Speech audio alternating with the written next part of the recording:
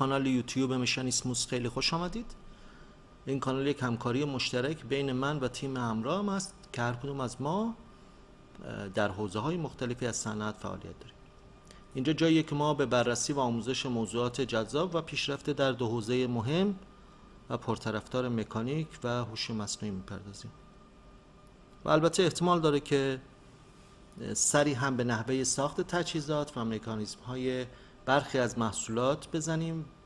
در هر حال راهبرد ما برای ساخت محتوا احتمالاً در طی مسیر بنا به نیاز و تمایل همراهان کانال تغییر خواهد کرد و همین علت احتمالاً قبل از شروع هر دوره یک نظرسنجی خواهیم داشت تا بتونیم مسیر رو برای اهداف بعدی مشخص کنیم. لازم به ذکره که کلمه مشنیسموس به معنی مکانیزم در انگلیسی و یا سازوکار در فارسی هستش.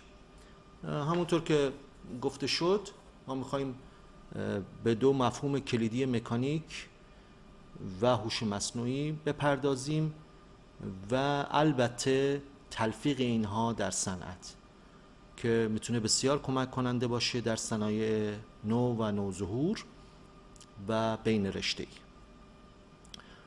مهمترین اتفاقی که تو این کانال در حال رخ دادنه اینه که ما میخوایم فقط به مسائل علمی بپردازیم و البته عملی و زیاد در حوزه تئوری ورود نخواهیم کرد مگه مطلبی باشه که حتما نیاز به ذکر اون باشه.